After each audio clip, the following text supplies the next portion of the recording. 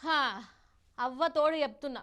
ఇప్పుడు మీకు ముచ్చట్లు చెప్తున్నా కదా, అసలు అర్ధగంట సేపు బరాబర్ చెప్తానా లేదా అని రోజు డక్కు డక్కు అంటనే ఉన్నదోల్లా.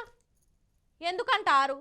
ఇంకెందుకు, అసలు కరెంటు ఎప్పుడు పోతుందో ఎప్పుడు వస్తుందో ఏం అర్థం కాకుండానే ఉన్నది. అందుకే మా వాళ్ళను జనరేటర్ కూడా తెచ్చిపెట్టురు, ఎందుకైనా మంచిదని చెప్పిన.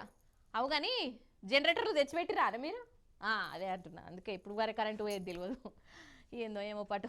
మళ్ళా జనరేటర్లు, ఇన్వర్టర్లు, కన్వర్టర్ల కథ వచ్చినట్టే కొడుతుంది. నాకే కాదు, అగో ఈ లీడర్ సాబుకు కూడా గట్లనే అవస్థ అవుతుంది. చూడండి మీరు.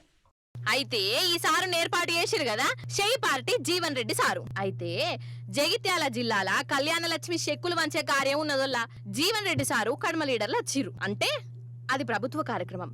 ఆ కార్యక్రమంలో ఏమైందో చూడాలి మీరు. పాపం నాకైతే జీవన్ రెడ్డి సార్ అవస్థ చూస్తుంటే మస్తుల బాధ అనిపిస్తున్నదోల్లా. ఏమనుకున్నా మంచిదే. అగో చూస్తున్నారా, గాలుపుతున్నాడు. ముచ్చటేంటిదంటే కరెంటు లేదు, ప్రభుత్వ కార్యక్రమం నడుస్తుంటేనే కరెంటు పోయిందట. ఇక ఇంకేమున్నది, జీవన్ రెడ్డి సార్కు గంతమంది ముంగట నామోషి అనిపించినట్టున్నది. అనిపించదా?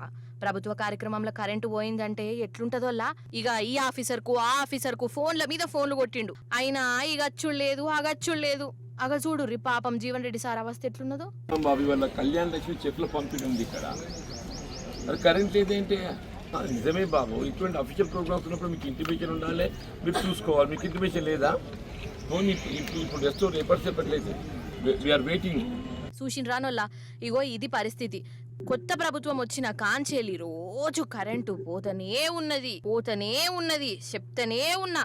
ఎడబోతున్నది గవన్న అబద్ధాలు అని కాంగ్రెస్ లీడర్లు చెప్తారు. మరి కరెంటు ఏ పాటు ఉంటున్నదో సాక్షాత్తు జీవన్ రెడ్డి సారే గవాయ్ అయిండు. కమస్కము జనరేటర్ కూడా లేదట. అట్లున్నది పరిస్థితి. అసలైతే ఈ 9.5 ఏండ్లల్లా ఎన్నడూ చూడని తీర్లా కరెంటు షాకులు వస్తున్నాయి. నీళ్లతోని గోసైతుంది. బిందెలు పట్టుకొని మళ్ళా మన ఆడపడుసులు రోడ్ల మీదకి వచ్చిర్రు. మార్పంటే గిదేనా రేవంత్ సారు? కరెంటు తీసేసుడు, నీళ్లు బంద్ పెట్టుడు, దీన్నే మార్పంటారా ఏంది అని అడుగుతున్నారు జనాలు.